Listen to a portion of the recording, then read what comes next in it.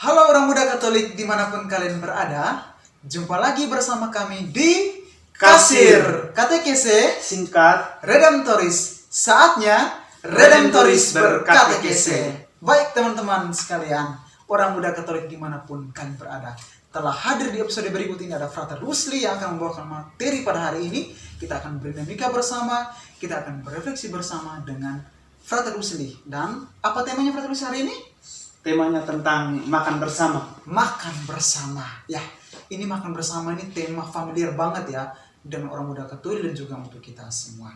Oke teman-teman, pada kesempatan ini kita akan memulai seluruh rangkaian acara kita, kegiatan kita, dan kita mengawali semuanya itu dengan doa pembuka. Oleh karena itu, mari kita akan menyiapkan hati dan batin kita untuk berdoa. Dalam nama Bapa dan Putra dan Roh Kudus. Amin.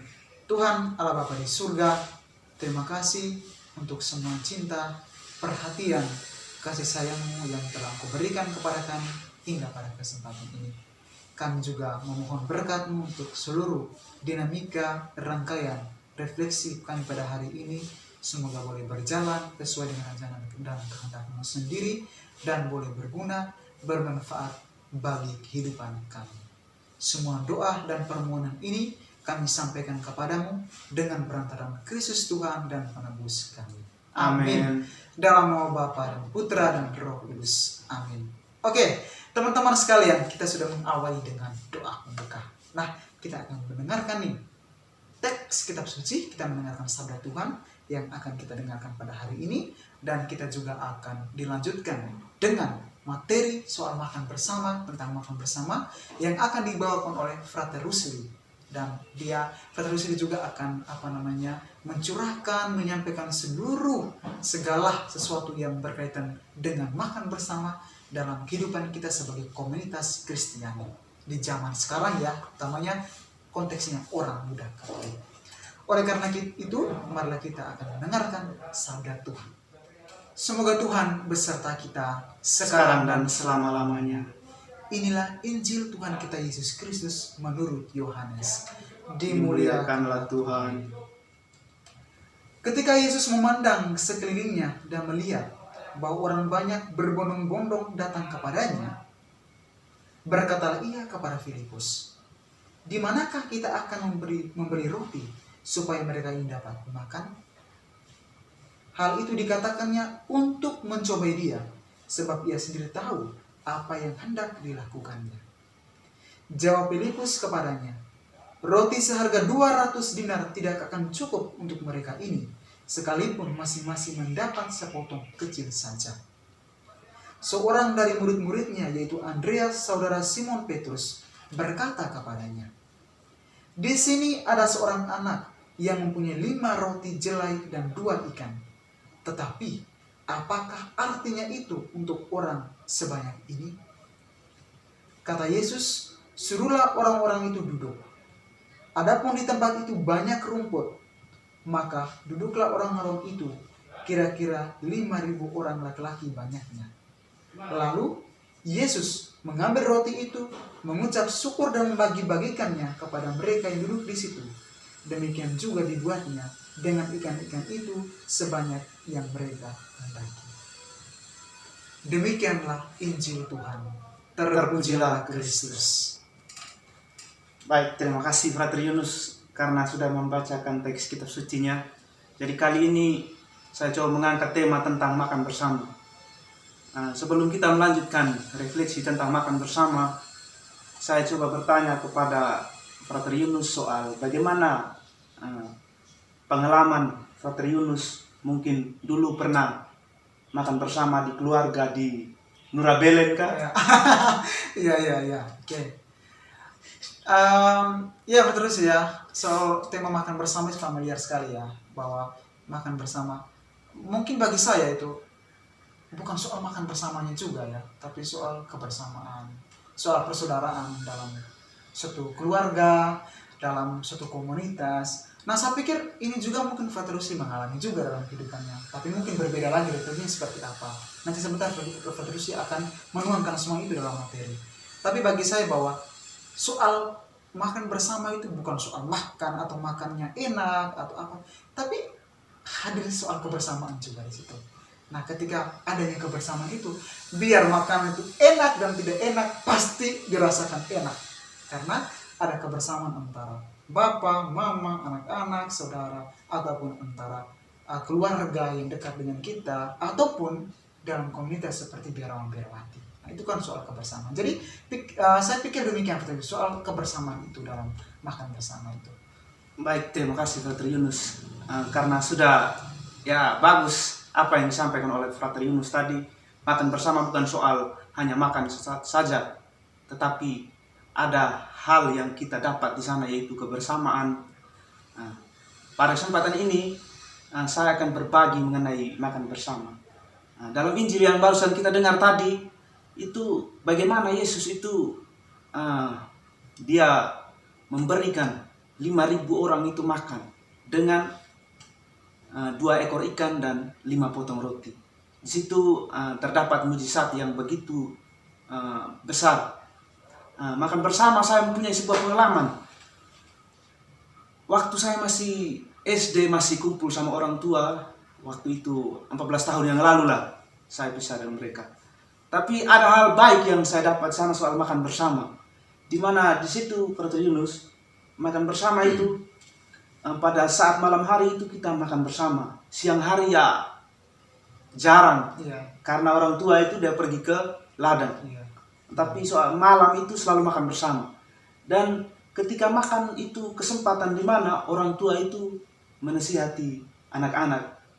Karena waktu saya sudah mulai menganjak remaja, jadi orang tua mulai menasihati saya saat makan bersama. Jadi saat makan bersama itu entah makannya seperti yang dikatakan oleh Frater Yunus tadi, makannya biar tidak enak tapi kita rasa enak, karena semua itu dalam kebersamaan. Dan dalam makan bersama itu juga kita memulainya dengan doa. Ya, di situ pastilah. Saya ingat pengalaman saya waktu itu selalu dimulai dengan doa, lalu makan bersama, lalu orang tua mulai cerita soal di kebun atau di ladang tadi, dan kami juga mulai cerita soal di sekolah tadi kan. Jadi di situ ada interaksi antara anak dengan ibu dalam waktu yang begitu ya lumayan panjang, karena makan itu butuh waktu yang agak lama. Jadi di situ kedekatan kita dengan orang tua kita itu semakin akrab karena adanya makan bersama. Kalau saya bandingkan Frater Yunus, bukan bandingkan juga, tapi saya lihat realitas yang terjadi di zaman sekarang soal makan bersama itu sangat jarang, apalagi di kota-kota besar. Itu pasti sangat jarang sekali, karena pagi orang tua bangun masih gelap, masih subuh ya. Mereka berangkat kerja, anak masih tidur. Lalu anak bangun, anak itu urus sendiri. Anak juga pergi ke sekolah atau kemana gitu. Kalau sudah kerja, mereka juga berangkat kerja anak sendiri. Orang tua juga pulangnya malam. Jadi dia pulang, anaknya sudah tidur. Dan juga tidak ada kesempatan untuk bersama, tidak ada kesempatan untuk makan bersama. Begitu kan, Frater? Iya, benar. Ya, jadi saya melihat realitas yang terjadi sekarang itu mungkin karena tuntutan pekerjaan atau tuntutan dari teknologi, jadi banyak orang yang tidak atau jarang sekali memperhatikan soal makan bersama. Ya, kira-kira begitu Frater Yunus. Lalu menurut Frater Yunus bagaimana soal makan bersama ini? Tadi kan sudah ada gambaran umum ya Frater Yunus ya soal ada nilai kebersamaan di sana ya. Bahwa pentingnya soal waktu. Bahwa kan zaman sekarang kan benar terus dibilang, apalagi orang-orang hidup di perkotaan dengan segala macam kesibukannya, apalagi kalau misalnya kita lihat saja di Jakarta ya, kota besar begitu, metropolitan untuk Indonesia, dengan kesibukan tadi yang terus bilang, bangunnya masih subuh, lalu berangkat ke kantor, karena kan mereka harus buru-buru takutnya macet kan, lalu kemudian pulangnya pasti juga sampai di rumah jam 9, 10. Nah, pada saat itu anak-anak sudah punya jam tidur dan tidak ada kebersamaan lagi, bahwa adanya seperti yang sudah tadi, kalau soal kebersamaan di makan itu kan adanya dinamika antara anak dan keluarga, bapak dan mama gitu kan, sehingga ada momen-momen di mana orang tua tuh punya waktu untuk menasihati anak-anaknya. Jadi bagi saya bahwa paling terpenting adalah bagaimana juga soal waktu diatur itu ya. Orang tua betul-betul harus memanage waktu untuk paling tidak iya kita memberi waktu setengah jam ataupun sejam bersama dengan anak itu sudah lumayan sekali terus ya.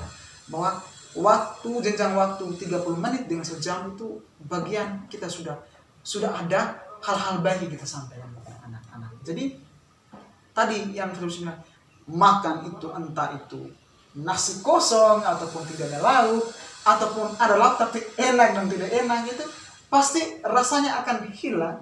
Rasanya bahwa ini kok kenapa makanannya begini pasti tidak enak. Tapi kita akan merasa enak karena adanya kebersamaan tadi, adanya orang tua, adanya kakak, adanya adik dan keluarga dekat kita dalam rumah begitu. Jadi soal pertama soal waktu juga bagaimana manage waktu dan juga soal bagaimana kita melihat nilai kebersamaan itu. Jadi kalau orang muda Katolik dalam pemikiran saya, dalam refleksi saya bahwa kalian juga harus betul-betul meluangkan waktu dan baik untuk kebersamaan dengan keluarga, terutama orang tua.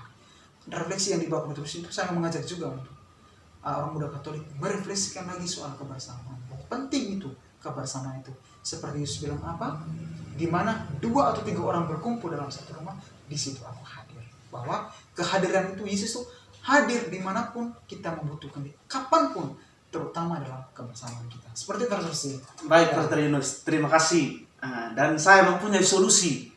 Tadi Frater Yunus sudah mempunyai solusi soal waktu. Okay. Bagaimana kita mengatur waktu. Ya.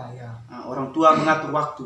Lalu yang kedua, saya punya solusi yaitu kalau sudah mengatur waktu, carilah waktu yang paling cocok adalah hari Minggu, akhir pekan. Oke. Akhir pekan jadi di mana di situ semuanya libur. Jadi dalam akhir pekan itu bisa bersama keluarga supaya kedekatan orang tua dengan anak atau anak-anak dengan anak-anak itu semakin erat. Ya, jadi saya mempunyai solusi seperti itu. Terima kasih, Frater Yunus. Oke. Luar biasa, ini materinya sangat bagus, butir-butir refleksi yang disampaikan oleh Frater Rusli itu sangat menarik dan juga yang ditambahkan oleh saya tadi juga sangat menarik. Nah, semoga materi kita pada hari ini lalu dinamika refleksi kita pada hari ini yang disampaikan Frater Rusli dalam tema yang tentang makan bersama itu boleh berguna bagi kehidupan kita, bagi keseharian kita, baik itu sebagai seorang biarawan-biarawati maupun sebagai seorang muda Katolik ya, terutama orang muda Katolik, betul-betul memaknai soal makan bersama dan nilai apa yang terdapat dalam makan bersama itu. Oke teman-teman, orang muda Katolik dimanapun kalian berada, kita sudah mendengarkan tadi sabda Tuhan dan juga kita sudah mendengarkan butir-butir refleksi yang disampaikan oleh Frater Rusli. Maka pada kesempatan ini kita akan mengakhiri seluruh rangkaian, seluruh kegiatan kita pada hari ini dan seluruh butir-butir refleksi yang disampaikan Frater Rusli dengan doa penutup. Marilah kita berdoa dalam nama Bapa dan Putra dan Roh Kudus. Amin. Tuhan, terima kasih untuk tema yang pada hari ini kami bawakan, yang pada hari ini kami sharingkan bersama, kami refleksikan bersama, kami berdinamika bersama. Semoga semuanya itu boleh kami terapkan dalam kehidupan kami, terutama di tengah dunia yang dengan banyak perkembangan, dengan banyak kemajuan. Dan juga kami berdoa juga untuk rahmat kesehatan bagi kami semua di tengah pandemi COVID-19 ini. Semoga semuanya boleh cepat berlalu, sehingga kita semua boleh mengambil bagian dalam seluruh kehidupan dan panggilan kita masing-masing. Semua doa dan permohonan ini kami sampaikan kepadamu dengan perantara Kristus Tuhan dan Penebus kami. Amin. Amin. Dalam nama Bapa, Putra dan Roh Kudus. Amin.